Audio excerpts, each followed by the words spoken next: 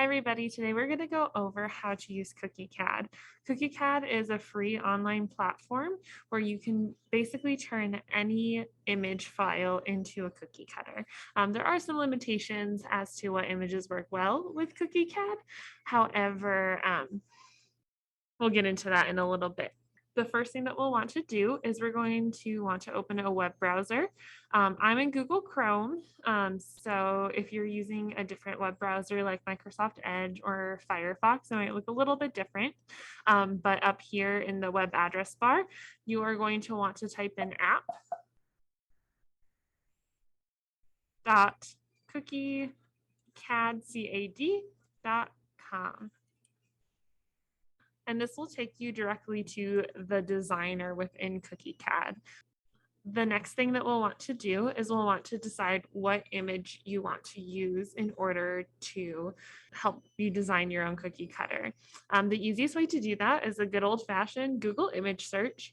So I'm going to open up a new tab by clicking this plus icon here. Again, if you're in a different browser, it might look a little bit different. I'm going to scooch myself out of the way. So since I'm using Google Chrome, my homepage when I open up a new tab is Google. If it takes you to a different website when you open up a new tab, go ahead and type in google.com in the web address bar here. Since I'm already at Google, I'm going to go ahead and click on images. You're welcome to use a different search engine image search, but I'm going to be pointing out a couple of tools that are helpful within Google Images. So at the time of recording, it is almost Christmas. So I'm going to go ahead and look to make a Christmas tree cookie cutter. So I'm going to search for Christmas tree in the Google image search. Now, like I said, CookieCAD doesn't work well with all images. It's not going to be able to translate a photograph very well into a cookie cutter. Things that will work well are going to be high contrast images, clip art images, and line drawings. A really great way to sort for those within Google Images is at the top center here, there's this tools icon or this tools button. If you go ahead and click on that, there's going to be a few different ways that you can sort through images. The one that I would recommend sorting for is by type. And then I've had the best luck with line drawings. So these are going to bring up images that are kind of reminiscent of a coloring page. So even within all of these, some of them aren't going to work super duper well. Images that are not kind of enclosed. I'm trying to find a good example. This one right here. So this one, because it's not enclosed and this line is super long, CookieCAD's going to pick that up and it's going to be a little bit funky when it renders it into a cookie cutter. Same goes for this one because there's that open area right here. It's not going to work super well. Ones that have a lot of small details here, like this one here, are also going to be a little bit difficult. CookieCAD probably will still turn most of this into a cookie cutter because CookieCAD does have the ability to not only render the outline of the shape, but also do an imprint on the inside of your shape. But realistically, having this many small plastic pieces would cut very small pieces of dough that if you are actually looking to make cookies with these cookie cutters, you're probably going to end up just getting dough stuck into all of these little nooks and crevices of this cookie cutter. So I would not recommend something like that. And again, this one might work, but these really small dots in the eyes, you could run into some issues with. So I'm going to look for one that is fairly simple, but still has a little bit of character.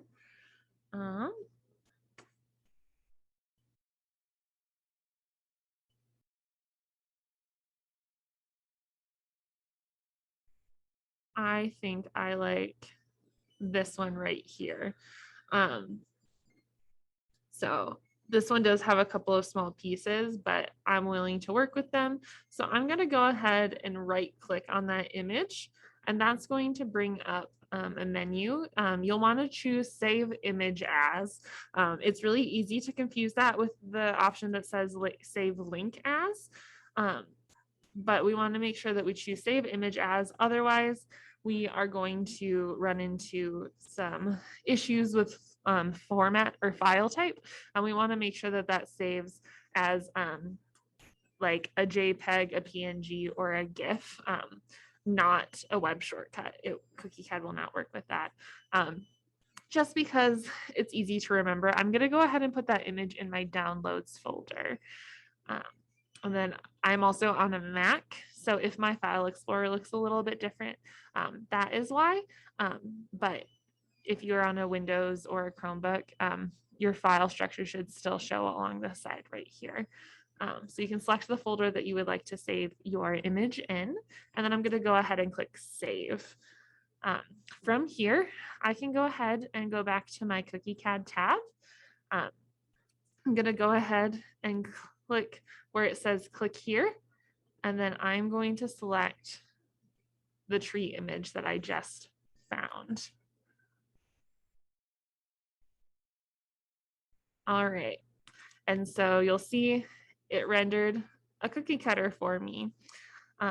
So there's quite a few settings that you can use to customize your cookie cutter. The first thing that you'll want to determine is the thing that you are making. The default selection will be cutter, but you also have the option to an imprint cutter. You'll see a few more options below here, but they have this kind of confetti covered star next to it. Those are all premium options. So these are things that if you get very into this, you can choose to upgrade to a paid subscription to this service. But for now, the only free options are a cookie cutter or an imprint cutter. I'm going to go ahead and switch this to an imprint cutter so that you can see what that looks like. All right, so it's showing kind of small on my screen, and so I'm going to scroll in. If you are using a mouse on your keyboard, you'll just scroll up on that scroll wheel in the middle, and you'll be able to see the details of your cutter a little bit better. Also, if you click on your cookie cutter and hold down while moving your mouse, you'll be able to drag and look at all 3 dimensions of the model of your cookie cutter. I'm going to zoom back out a little bit. And so you'll see that the imprint for the design doesn't go quite as far as the outside blade itself. So that's just going to leave, like it says, an imprint of the design in your cookie. And then hopefully, as long as your cookie dough doesn't have too much butter in it, it should remember that shape as it's baking. So the next thing that you might want to customize is the size. If you're more used to thinking about things in inches versus millimeters, you can switch this to inches. So it defaults your cookie cutter to be a little bit under 3 inches. Keep in mind, though, if you switch this to inches, there are some more dimensions that you're able to customize further down, and those will still all show in millimeters. So since this tree is kind of a skinny cookie, I'm going to go ahead and make that a little bit taller. Keep in mind, anytime you update any of these settings, it's going to generate a new model, and it does take a little bit of time for that to happen. You can also determine if the measurement is on the longest side or specify either the width or the height. So you have some flexibility as far as size is concerned. As the model is generating, I'm going to go ahead and keep scrolling through some additional settings. So the blade is going to default to being 12.5 millimeters deep. So this is kind of the maximum depth of cookie dough that your cookie cutter will be able to cut through. And the thickness of the blade is going to affect how strong your blade is. So the larger the measurement that you input here, the stronger your blade is going to be, but also keep in mind that it might affect the sharpness of your cuts. So far when I've printed cookie cutters using CookieCAD, I left these 2 dimensions their default, and they worked just fine for me. Additionally, if you're concerned about the strength of your blade, you can choose this extra blade function. And that is going to add some additional strength on the outside of your blade. So you can see what that looks like here. This is what that extra blade adds. Again, it could affect the sharpness of your cuts, but it will make it stronger. So really how heavily you think you're going to use this cookie cutter will depend on whether or not that extra blade is worth it. I've never felt it's necessary when I've printed cookie cutters for myself, but I'm also not the most frequent baker of cookies that require cookie cutters. So you can also change the depth of the imprint. So that is your inner design. And this measurement is going to determine the distance between the blade and that imprint. So that 4.5 millimeters is right here. After baking with some of these cookie cutters, I tend to bump that up to 5, just because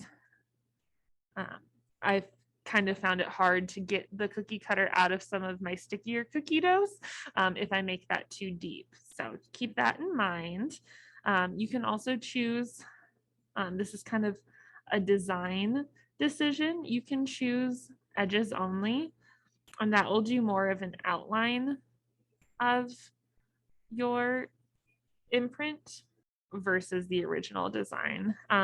With this image, it doesn't look like it's making that big of a difference, but some designs, it does kind of drastically change how the imprint is determined. The handle is going to be the back side of your cookie cutter. If you are working with someone or yourself has a hard time gripping things, or you're going to be working with kids who have small fingers, you may want to up the handle a little bit to either make it thicker or wider to make it easier to grab. And if another thing that you can do to add stability to your cookie cutter, I'm going to zoom out so you can see, is add a center bar. And that will just add that bar in the center there. That will give it a little bit of extra strength. You can choose to have that go horizontally or vertically in your design.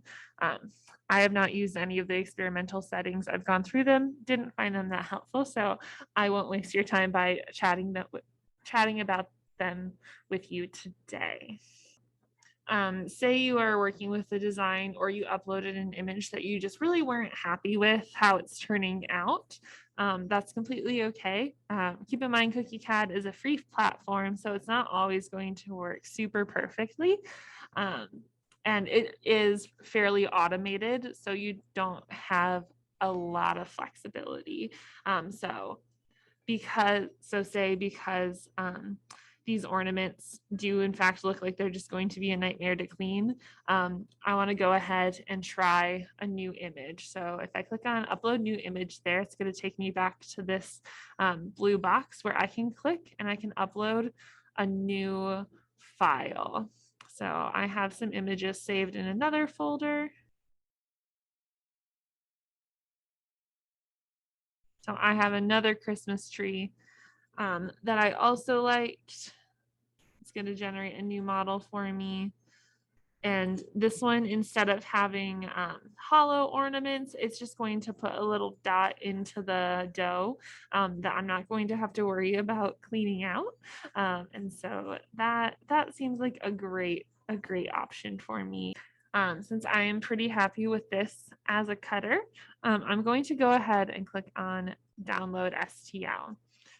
So in order to download a file, you do need to create an account. It's completely free and very easy to set up.